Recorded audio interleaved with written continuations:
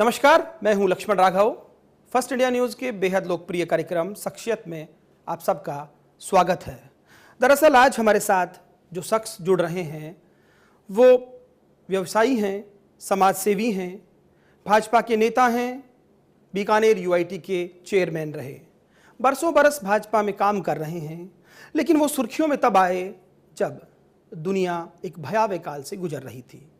जी हाँ, कोरोना का वो समय जब हम सब ने देखा कि किस तरह से अपने अपनों से दूर होते जा रहे थे, सांसें उखड़ रही थी और टूट भी रही थी। ऐसे समय में देश और दुनिया में कुछ लोग थे जो धरातल पर डटे थे, दूसरों का दुख बांट रहे थे, उनके दर्द में मदद कर रहे थे। ऐसे ही एक शख्स हमारे साथ इस वक्त हैं जो वाकई कोरोना में महावीर कहलाए, महावीर राका।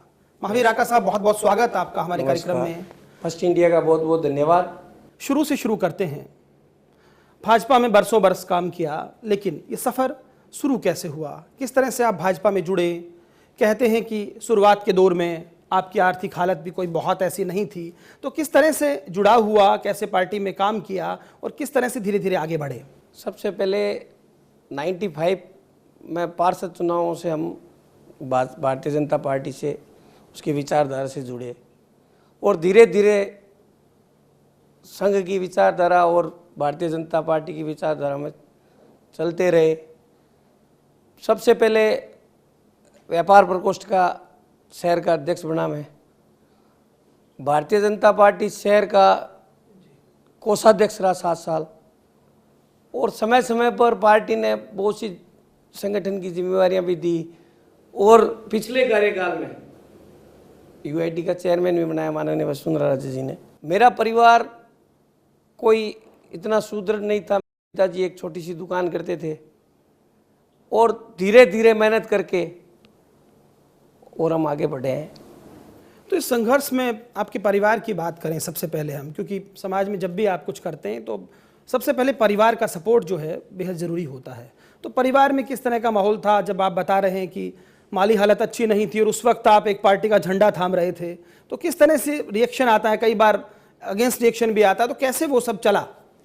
मेरे मदर का और फादर का सहयोग हमेशा रहा और मेरे बड़े भाई, हम 2 भाई हैं, और भाभी और मिसेज, मतलब कभी भी आज तक मैंने कोई भी कार्य पार्टी का किया हो या समाज का किया हो तो उन्होंने बढ़ चढ़ के हिस्सा लिया। ऐसे ही मेरे पार्टनर थे जो आज इस दुनिया में नहीं है, उनका भी मेरा सहयोग बहुत रहा। और मेरे जो भी दोस्त रहे, जब भी मैंने कोई बीड़ा उठाया है, चाहे वो कोरोना काल हो, चाहे कभी भी गायों के लिए हो, श्वानों के लिए हो, जब भी मैंने जो बीड़ा उठाया है उसमें मेरे दोस्तों ने, बीकानेर वासियों ने मेरे पे बहुत भरोसा किया और बढ़ चढ़ के हिस्सा लिया। भाजपा ही क्यों? पार्टियां तो उस वक्त जब आपने शुरू किया तो मुझे लगता नहीं कि भाजपा उतनी मजबूत तो नहीं थी, तो भाजपा ही क्यों चुनी? कौन ऐसे नेता थे जो उस वक्त आपको लगता था प्रभावित कर रहे थे, या आपको ये लग रहा था कि नहीं, मुझे इसी पार्टी के साथ जाना है? वो शुरू से हम जहाँ रहते हैं वहाँ बीजेपी संघ इसका ही माहौल था और उसी माहौल से हम निकले। और मेरे परिवार में भी मेरे को नहीं लगता कि कभी भी, जब हम जुड़े हुए नहीं थे तब भी कभी कांग्रेस को वोट दिया हो, ये मेरे को नहीं लगता।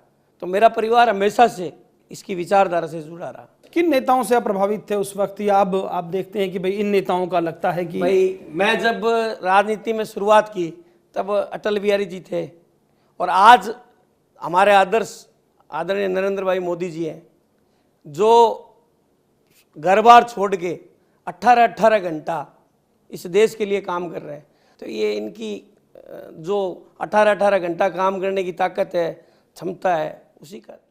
कहाँ से कहाँ पहुँच गए? तो मतलब आपको ये लगता है कि कांग्रेस ने या बाकी पार्टियां जो सत्ता में रही उन्होंने कुछ नहीं किया? उन्होंने घोटाले किए। आप एक बात बताओ, 2014 से भारतीय जनता पार्टी की सरकार है सेंट्रल में, आपने कोई एक ऐसे नेता पे, मेरे को आप उदाहरण बता दो कि उस पर ब्लेम लगाया गया उसने ये किया? कैसी बात कर रहे हैं आप?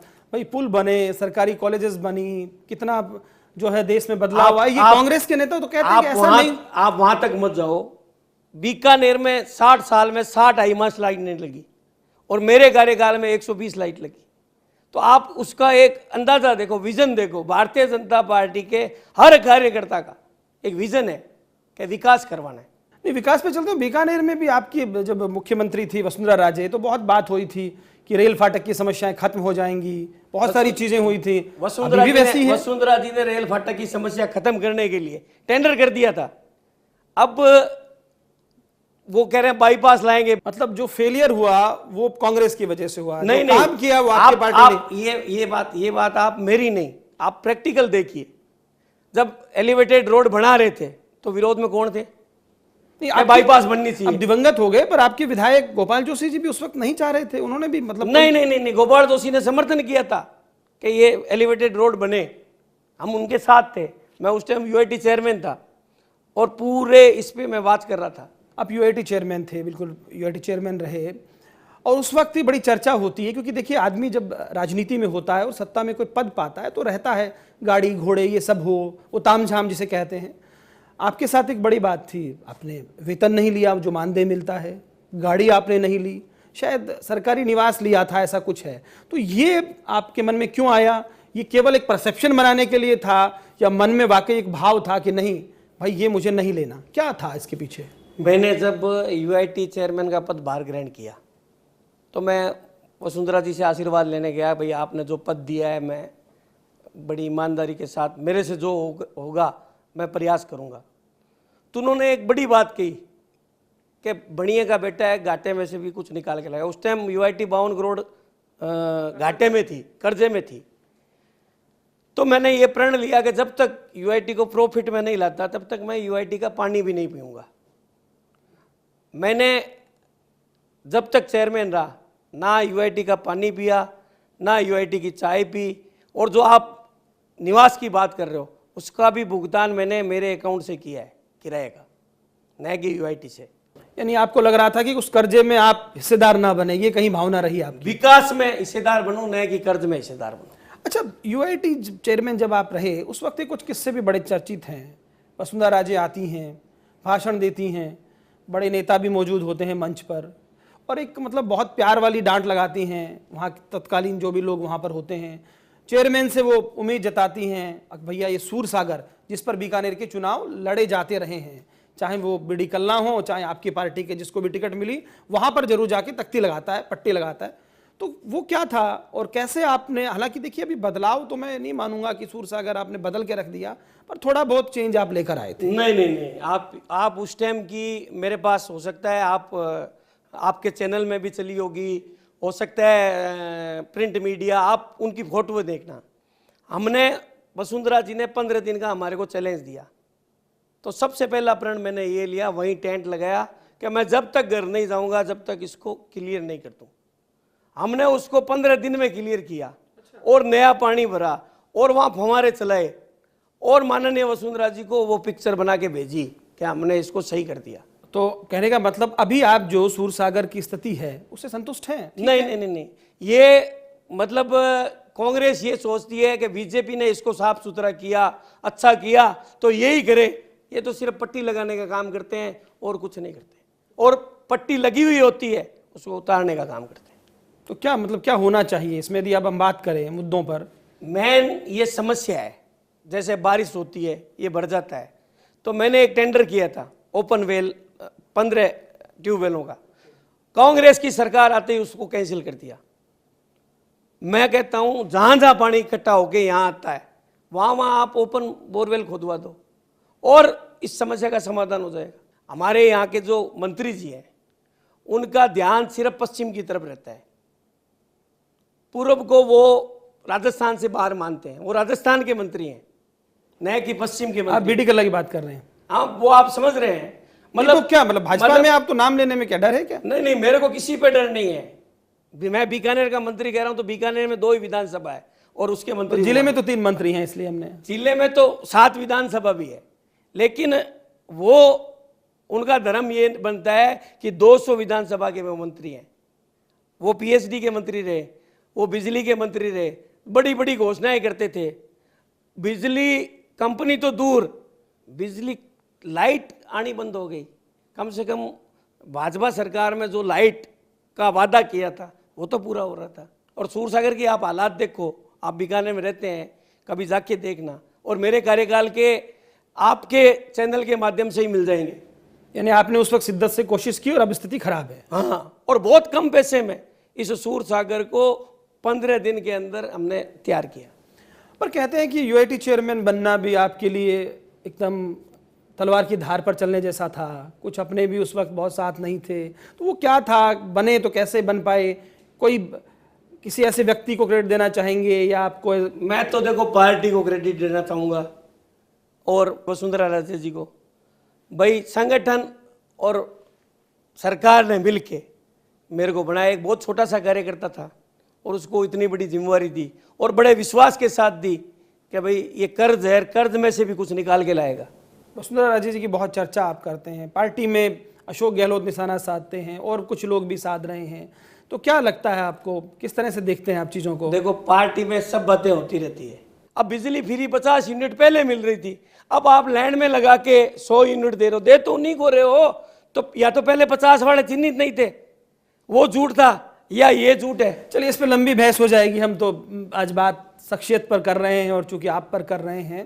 दरअसल एक और परसेप्शन बना कि जब भी बीकानेर में कोई इस तरह की बात हो, समस्या हो, कोई सामाजिक सरोकार की बात हो, तो महावीर रांका का नाम आ जाता है। सबसे पहले कोरोना से पहले की यदि हम बात करें तो बालिका गृह एक ऐसा, आपने जो आपके मित्रों के साथ आपका जो ट्रस्ट काम करता है उसके साथ मिलकर जो आपने शुरू किया, उन अनाथ बालिकाओं का जीवन बदल गया। तो ये जो प्रेरणा मिली और किस तरह से, चूंकि वो अपने आप में एक मॉडल है जिसकी तारीफ, मजेदार बात है ये कि अशोक गहलोत साहब ने भी की और वसुंधरा राजे जी ने भी की, और यहाँ तक कि कुछ जस्टिस भी आए जिन्होंने उसको बहुत सराहा। तो वो क्या, किस तरह से आपके ने शुरू किया, अभी उसकी क्या स्थिति है और उसको लेकर भी कोई प्लान है क्या? यहाँ हमारे यहाँ एक कलेक्टर साहब थे, आरती डोगरा मैडम, मेरे को उन्होंने फ़ोन करके बुलाया कि ऐसे ऐसे एक बच्ची मिली है, उसको 12 साल पढ़ाना है।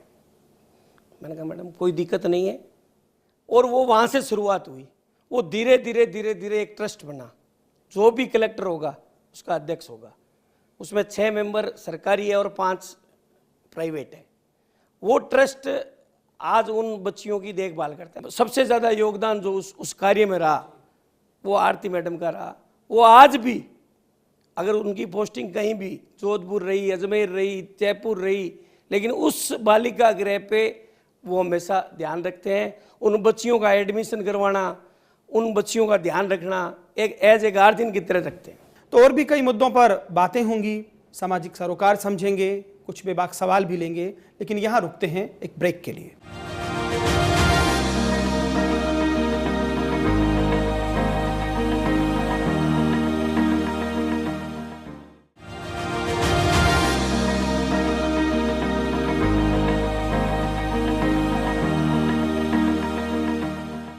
ब्रेक के बाद एक बार फिर से आपका स्वागत है। आज शख्सियत में हम बात कर रहे हैं भाजपा नेता और पूर्व यूआईटी चेयरमैन महावीर रांका से।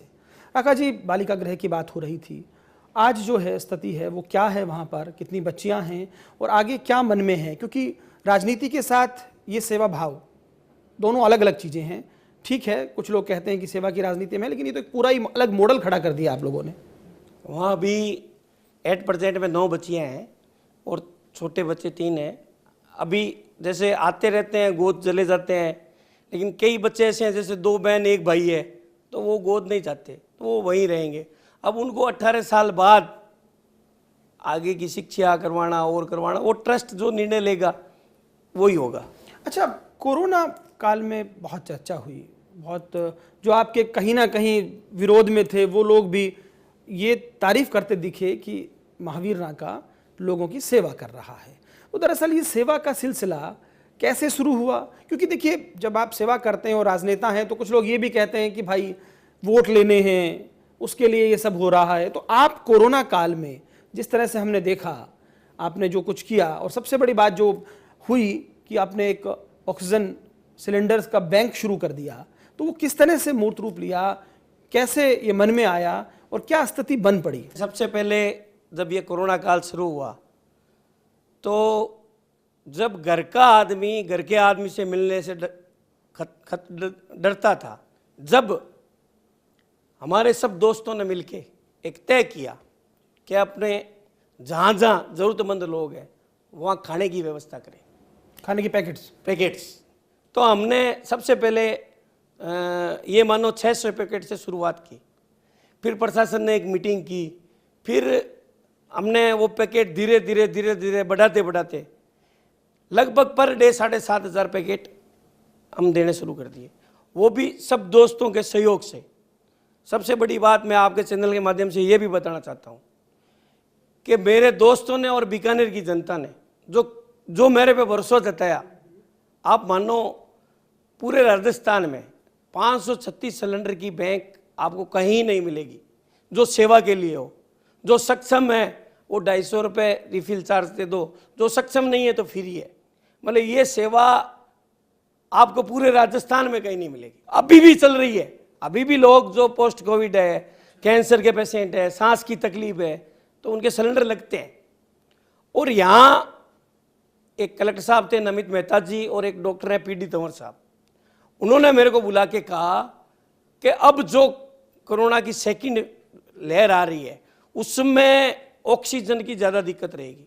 मैं उनको बहुत बहुत साधुवाद और धन्यवाद देता हूं कि उनका विजन देखो, जो चीज़ 4 महीने 5 महीने बाद होनी थी उन्होंने पहले बीकानेर की जनता को चेताया।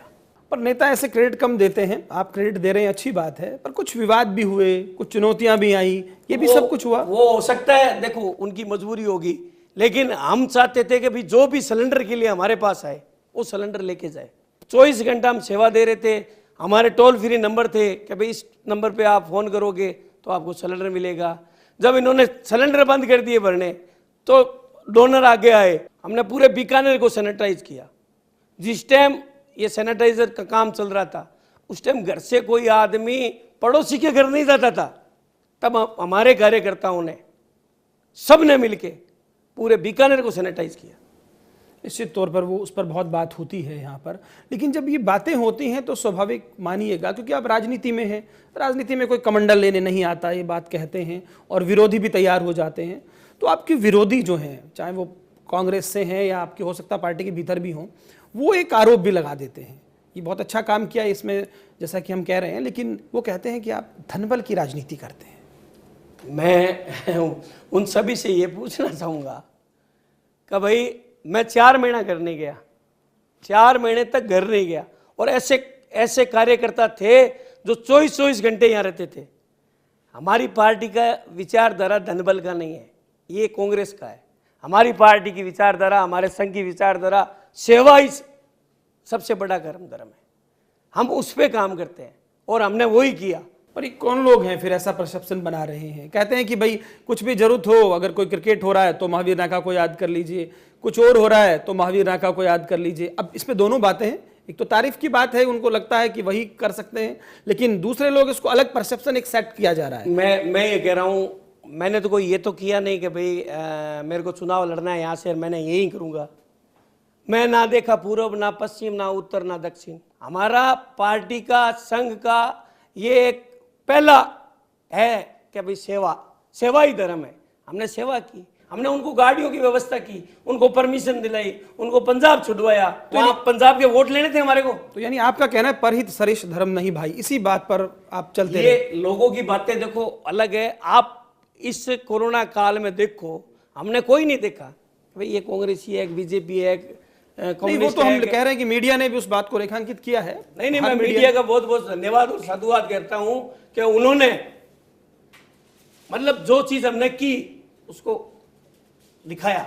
तो अब आप इतना सब कुछ कर रहे हैं और आप बहुत बार संघ का बहुत नाम ले रहे हैं, और आजकल संघ पर तो गोविंद डोटासरा हो या अशोक गहलोत या बीडी कल्ला बहुत बोल रहे हैं। जो आदमी सेवा करेगा उसका विरोधी होगा। हमारे प्रधानमंत्री जी भी यही कहते हैं कि सबसे पहला हमारा धर्म है कि हम जहाँ जरूरतमंद लोग हैं उनकी सेवा करें। तो आप चुनाव लड़ेंगे, टिकट तो मांगेंगे ही। देखो, राजनीति में आदमी कोई सन्यासी बनने नहीं आता, पार्टी का निर्णय है, पार्टी जो निर्णय करेगी हम उसके साथ हैं। अगर हमारे को देगी तो ठीक, दूसरे को देगी तो भी हम भारतीय जनता पार्टी का जो फूल के निशान पे आएगा वो हमारा कैंडिडेट है। यानी ऐसा नहीं है कि टिकट नहीं मिलेगी तो आप कुछ और आजमाइश करेंगे? अरे नहीं, ऐसा कभी भी नहीं है, ना होगा। तो क्या लगता है आपको कि आपको जो टिकट आप मांग रहे हैं कौन से विधानसभा क्षेत्र से मांग रहे हैं? मैं क्या कह रहा हूं, ये पार्टी का निर्णय है, हमारा तो कोई निर्णय ही नहीं है। पार्टी कहेगी तो हम चुनाव लड़ेंगे, नहीं कहेगी हमारा कोई निर्णय। मन तो है, मन तो देखो हर आदमी का होता है, लेकिन पार्टी का निर्णय सबसे सर्वोपरि है। अच्छा क्या मुद्दे लगते हैं आपको? अब तो ये बात हुई, आपके राजनेता के तौर पर हम बात करें तो कौन से ऐसे मुद्दे आपको बीकानेर में नजर आते हैं जिन पर काम जो है नहीं हुआ, होना चाहिए? आप बीकानेर में किसी भी सड़क पे निकल जाओ, आज जो नई सड़कें बनी है वो उनके हालात देखो आप। तो कांग्रेस क्या कर रही है? सोई हुई है। जब आपने रोडों के पैसे दिए हैं तो आप उसको देखो तो सही, अधिकारी जाके देखे तो सही, क्या प्रशासन सोया हुआ है? फिर बीकानेर में सौतेला व्यवहार हो रहा है। मतलब पश्चिम में अगर सरकार की तरफ से 10 करोड़ रुपए आ रहे हैं तो पूर्व में 1 रुपए भी नहीं आ रहा। खैर, पर मंत्री कांग्रेस के तो कह रहे हैं कि ऐतिहासिक काम में इतनी कॉलेज, कल मैं देख रहा था हदा गांव तक में कॉलेज थाने खुल गए। चलिए इस पर आते हैं हम। नहीं, कॉलेज खोल दिए होंगे, लेकिन आप वहां देखो टीचर लगा दिए क्या? जितने पेपर लीक हुए हैं, जितने पेपर लीक हुए हैं, आज एक बात बताओ, एक युवा उस तैयारी के लिए कितने पैसे खर्च करता है?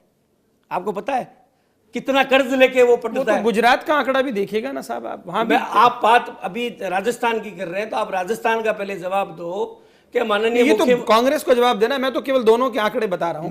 मैं कांग्रेस के माननीय मुख्यमंत्री जी और हमारे यहाँ के मंत्री जी से ये पूछना चाहता हूँ कि भाई आज इतनी परीक्षाएं हुई, कितने युवा कितना कर्ज किया होगा, पढ़े होंगे, एग्जाम दिया होगा, फिर भी आप कह रहे हो जी ये तो पेपर लीक हो गया। तो पेपर लीक कहां से हुआ? अभी तक उस पर आप सिर्फ तीसरी ऐसे ले रहे हो, किसी एक को पकड़ लिया, किसी 2 को पकड़ लिया, अंदर डाल दिया। नहीं, वो गुजरात का पता लगा कि कहां से पेपर लीक हुआ, तो यहां तो कह रहे हैं कि हमने कार्रवाइयां करी हैं। वहां जहां लीक हुआ तो वहां कार्रवाई कर रहे हैं, 100% की होगी, आप पता कर लो। अच्छा चलिए इस पर आते हैं। एक चीज़ और निकलती है कि जब आप इतना सारा काम करते हैं, उसकी बात होती है, चर्चा होती है, लेकिन पार्टी के भीतर ही कुछ लोग आपसे नाराज नजर आते हैं। आपके परिवार में, मेरे परिवार में ही ले लो, हो सकता है हम 15 मेंबर हैं, तो कोई जरूरी थोड़ी है हम 15 मेंबर राजी रहेंगे। ये परिवार का मामला है। लेकिन जिस दिन पार्टी ने ये तय कर दिया कि कमल का फूल ये है, उसमें सब एक है। तो सेवा की राजनीति का जो ये सफर है, ये टिकट मिले ना मिले चलता रहेगा? हाँ बिल्कुल चलता रहेगा। अच्छा, टीम महावीर नाका की भी चर्चा होती है। हम देखते हैं जब सामाजिक काम आप लोग करते हैं तो एक पूरी टीम कहीं ना कहीं वो काम करती नजर आती है। तो उसका क्या मतलब, क्या मैकेनिज्म है दरअसल, और किस सिद्धांत पर आप लोग इस तरह के काम करते आ रहे हैं? कोरोना में जो हमने काम किया, एक टीम की विचारधारा से किया। पूरी टीम जो हमारी है वो सेवा भाव के हिसाब से, जो पूर्व पार्षद है बहुत से लगे हुए थे हमारे साथ। हम लगभग 100 कार्यकर्ता ऐसे थे जो इस कोरोना काल में, आप मानो किसी को तो कोरोना नहीं हुआ, और ऐसा कोई दिन नहीं था जिस दिन सेवा में हर आदमी की अलग अलग ड्यूटी थी। किसी को श्वानों के लिए रोटी की ड्यूटी थी, किसी को गायों के लिए सब्जी की ड्यूटी थी, चारे की ड्यूटी थी, तो किसी को पानी की ड्यूटी थी। यहाँ नहरबंदी में पूरे बीकानेर में, इस बार भी नहरबंदी हुई थी, उस वक्त भी कुछ, इस बार तो बहुत कम जरूरत पड़ी लोगों को, लेकिन जब कोरोना काल था उस टाइम 15 ट्रैक्टरों से पूरे बीकानेर में हम सप्लाई करते थे। तो जो आलोचक हैं उनको आप किस तरह से देखते हैं? महावीर नाका क्या कहेगा अपने आलोचकों से? मैं तो कहता हूँ भाई आप मेरी जो बुराई है वो जरूर बताएं, जिससे मैं अपने आप में अगर कोई चीज़ की कमी है तो उसको सुधार सकूं। मैं तो उनको शुभचिंतक मानता हूँ, आलोचक मानता ही नहीं। और जनता में क्यों जनता महावीर नाका पर और भरोसा करे, क्यों पार्टी भरोसा करे, इसका कोई क्या तर्क आप देते हैं? भाई पार्टी को जो लगेगा कि भाई ये पार्टी का अच्छा उम्मीदवार है, पार्टी उस पर ही भरोसा करेगी। मैं ये थोड़ी कह रहा हूँ महावीर नाका पे करेगी, जो पार्टी को लगेगा। कमल के फूल के साथ आप सब लोग एकजुट हैं, लेकिन पार्टी के भीतर तो ऐसा नहीं है ना। सब देखो, ये एक अलग चीज़ है कि भाई हर आदमी को इच्छा रहती है कि मैं अध्यक्ष बनूं, कि मैं मंत्री बनूं, कि मैं प्रदेश अध्यक्ष बनूं। सब अपने अपनी इच्छा रखते हैं, लेकिन बढ़ता तो आप क्या इच्छा रखते हैं? मैं तो ये इच्छा रखता हूँ पार्टी जो दायित्व देगी। मेरे को पार्टी ने कभी गंगानगर का प्रभारी बना के भेजा है पंचायत का, तो मैं गया हूँ। कभी मेरे को करणपुर में नगर पालिका का प्रभारी बना के भेजा है तो मैं गया हूँ। मेरे को चित्तौड़गढ़ में यात्रा में प्रभारी लगाया तो मैं गया हूँ। जो पार्टी ने कार्य दिया है, आजीवन कोष नीति का संभाग का प्रभारी बनाया तो मैं बना हूँ। अभी भारतीय जनता पार्टी ने उद्योग प्रकोष्ठ में सह संयोजक बना रखा है, तो उसका दायित्व निभा रहे हैं। जो पार्टी दायित्व देगी। चलिए, बहुत शुक्रिया। तो ये थे महावीर रांका, जिनसे हमने शख्सियत में बात की। अगले हफ्ते फिर किसी शख्स के साथ शख्सियत में होगी मुलाकात। तब तक के लिए जय जय।